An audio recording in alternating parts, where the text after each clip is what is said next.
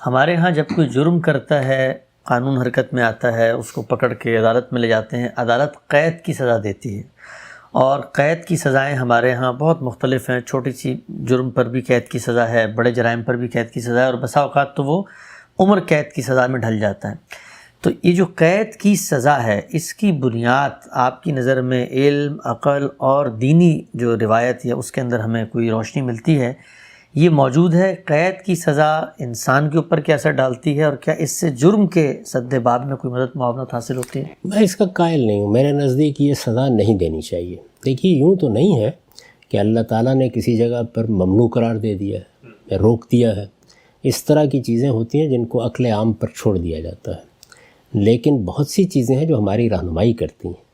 مثلا خود اللہ تعالیٰ نے جب سزائیں مقرر کی ہیں تو آپ دیکھیں کہ کسی جگہ بھی قید کی سزا کو نہیں اختیار کیا، یعنی جہاں سب سے نرم سزا اختیار کی ہے وہ کیا ہے؟ نفی، جلاوطن کر دیا جائے۔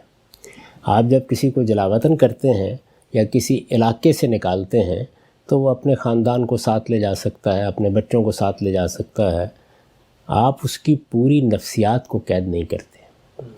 یہ جو قید کی سزا ہے یہ بظاہر لگتا ہے کہ بڑی مہذب سزا ہے، اگر آپ غور کر کے دیکھیں تو اس سے زیادہ غیر مہذب سزا کوئی نہیں۔ اس میں آپ انسان کے پورے وجود پر حملہ آور ہو جاتے ہیں، یعنی اگر آپ نے کوڑے مارے ہیں تو جسم کو اذیت ہوئی، یا کچھ رسوائی اور فضیحت ہو گئی، چلے آدمی نکل جائے گا۔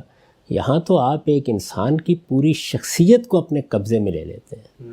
تو اس لیے یہ سزا کے طور پر، یعنی ایک ہے کہ آپ نے کسی مجرم کو پکڑا ہے تو پکڑ کے ظاہر ہے جب تک فیصلہ نہیں ہو جاتا حوالات میں رکھیں گے، یہ تو مجرم کو روکنا ہے۔ یا جیسے ہم ابھی بات کر رہے تھے کہ جنگی قیدی پکڑے گئے ہیں تو آپ نے ان قیدیوں کو روک لیا ہے تاکہ معاملہ کیا جا سکے، لیکن متعین طور پر 10 سال 5 سال یہ جو سزا دینے کا طریقہ اختیار کیا گیا، میں اس کو مناسب نہیں سمجھتا۔ اس پر ایک بڑا تفصیلی مضمون میں نے لکھا ہے، وہ میری کتاب برہان میں آپ دیکھ سکتے ہیں۔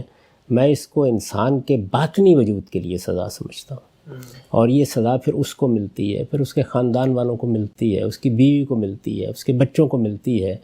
پھر اخلاقی لحاظ سے آپ دیکھیے تو آپ ایک آدمی کو اٹھاتے ہیں اور مجرموں کے اندر لے جاتے ہیں، یعنی بجائے اس کے کہ اس کو اصلاح کے مواقع ہوں، پھر یہ کہ اس سزا میں اصلاح کا وقت بھی آپ مقرر کرتے ہیں۔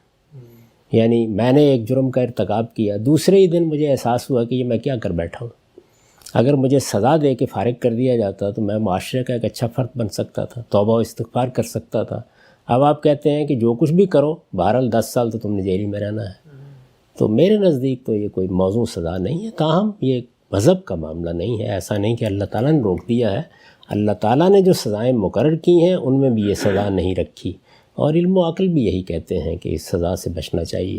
اصلاحی نوعیت کی آپ کسی موقع کے اوپر کوئی ایسے اصلاح خانے بناتے ہیں جس میں کچھ دیر لوگوں کو رکھا جا سکے، تو پھر ان کو بہت سی سہولتیں دیجیے تاکہ ان کی نفسیات پر وہ اثر نہ ہو جو قید میں رکھ کے ہوتا ہے۔